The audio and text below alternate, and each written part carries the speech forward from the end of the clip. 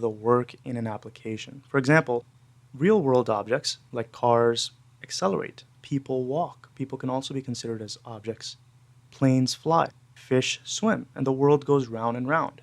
Similarly, in software, we create objects that have particular behavior or function, and we ask those software objects to carry out that function. And as a result, our application runs as expected. So when the application is started, software objects come into existence and they do all of the work in an application. So let's see an example. I'll show you how to create software objects using Java. And just follow along step by step as we go through this example. I'll be using Eclipse, which you can download from eclipse.org, but you can use pretty much any Java IDE or editor that you prefer. Alright, so I've picked an example that we can all relate to. We are all human beings, and we carry out certain behavior on planet Earth. If you think about Earth as a software application, you'll be able to think of humans and other things in Earth as software objects performing actions. Of course, there's no way we can even begin to mirror the mastery of this beautiful universe through software, but I think this example will help you gain a deeper intuition about object-oriented programming. So let's create a tiny little world of humans. Now, the way it's going to work is you first need to create a class, and then we can use this class to create our actual objects that are going to do all of the work. So let's first create a human class. So I've already created this project, and you right-click there and you go to New Class. And we're going to create a class called Human. This class will allow us to create objects of type human. Classes basically contain instructions for how objects should be created and how they should behave in the application. A class is basically a specification or a blueprint or a design of how humans are to be like in our application.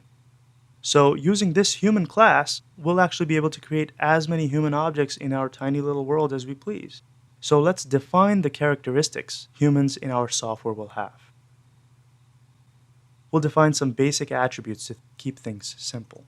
So humans in our application are going to have a name. We can say that they will have an age. We'll give them a height in inches. And we'll also, let's give them an eye color.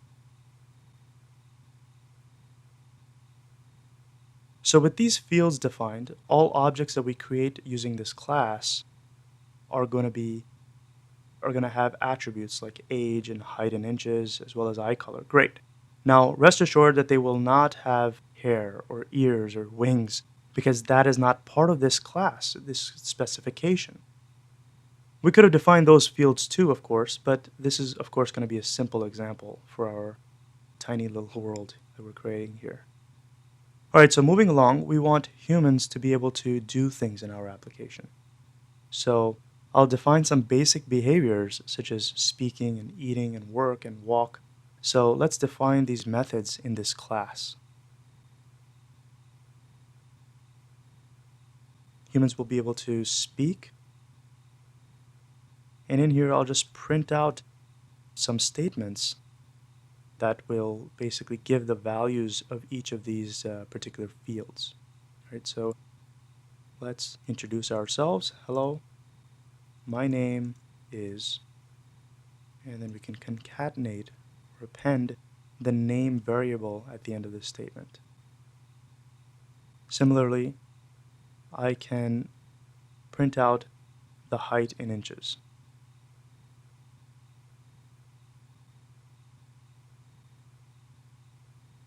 Print out the age, and we'll also print the eye color. Similarly, let's define some other methods in this class. We'll make them eat. By the way, I'm using an Eclipse shortcut. When you type in sys out like that, and then you hit the control key and then you press space, it autofills the rest of the command for you. This is basically a print line statement to print to the console. And we'll just say he's eating. He'll also be able to walk, and we'll give him the ability to do work.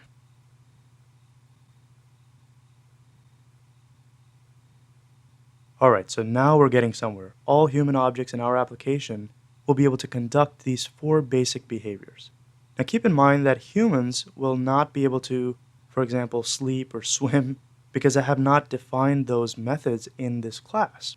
All our humans have the capability of doing is just speaking, eating, walking, and working, and that's it. That's what is in this specification for what a human is in our application. Now again, remember what I said about classes. Classes contain instructions for how objects can be created, as well as how the objects carry out certain behavior. The methods that I've defined here are the instructions for how humans will behave. But we need a way to be able to create the actual human objects from this specification, sort of like a birth method or how humans will be born. And for that, we need to define a special method in this Java class. And that method is called the constructor. This special method is exactly what it sounds like. It provides a way to construct objects. And since this is a human class, it will help us create objects of type human. So let's define that method up here. And now notice I did call it a special method, and it truly is a special method. It doesn't have a return type, and it's the exact same name as the class name. So you want to keep in mind that constructor methods always have the same exact name as your class, as the class in which they belong in. And in reality, we don't even have to define this method explicitly like we have done here, because it comes by default for all classes in which a constructor is not defined. But I wanted to leave it explicitly here so that you know what it looks like. So now that you know what the constructor method looks like, let's construct human objects. I'll create another class called Earth, in which we can make these humans sort of come to life. And let me show you how that works. So you go to New, and you select Class.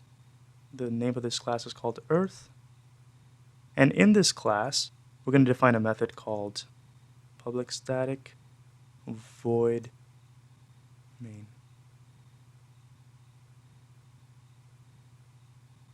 Now hopefully you've seen this method before. If you've written simple Java programs with just one class, you've certainly seen this method. This method is the entry point for all Java applications. And code is executed sequentially, line by line, inside of this method. So first, we need a variable of type human. So let's define that. We'll call this variable Tom. Now right now, this is just a variable. We need to assign this variable a value. So we'll assign Tom the object. Tom is equal to new human. So this new keyword is the thing that is used when calling the constructor method to create a new object. So looking back at the human class, remember that we defined a special method called the constructor, which is the same exact name as the class name, and this method is used to construct human objects. So in our Earth class, I created a variable of type human, and then I'm assigning that variable a new human object. Right? So this is what is used to create objects in Java applications. Keep that syntax in mind if you haven't seen it already. Alright, so Tom is a variable of type human, and we call the human's class's constructor. Now keep in mind that this Tom is just a variable. In reality, this is not really an object. Objects come into existence when the application starts up.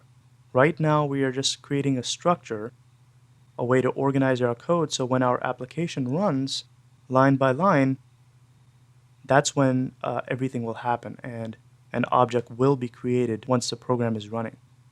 Right, so now that we have an object called Tom, we can make him speak.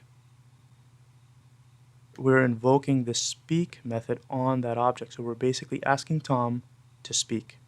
Now when we run this, and you do that by right-clicking and going to Run As Java Application. Basically, the class with the main method in it should be the one where you right click and hit Run As. And it will automatically give you the option of running as a Java application. All right, so I ran that, and notice what it printed. Now let me remind you what that method looked like. Speak was printing out all of these things, and it was printing out basically the variables, the values of the variables. And when we look at this, it's saying, hello, my name is null, I am 0 inches tall, I am 0 years old, and my eye color is null. Now the reason for why this is sort of an empty, all of these variables are empty, is because we're not assigning any of these fields. So let's assign these fields of Tom. Let's give him some values. So Tom should have an age, of course. We need to give him an age. We'll say he's 5 years old.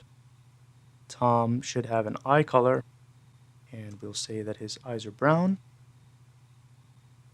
And we'll give him, what was that, height in inches? Yeah.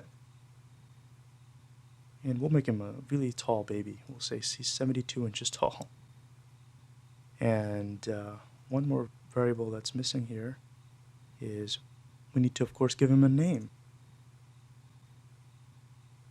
So we'll say his name is Tom. We'll say his last name is Sabo. Now when I run this, by the time it gets to here, Tom will already have his fields populated with these values.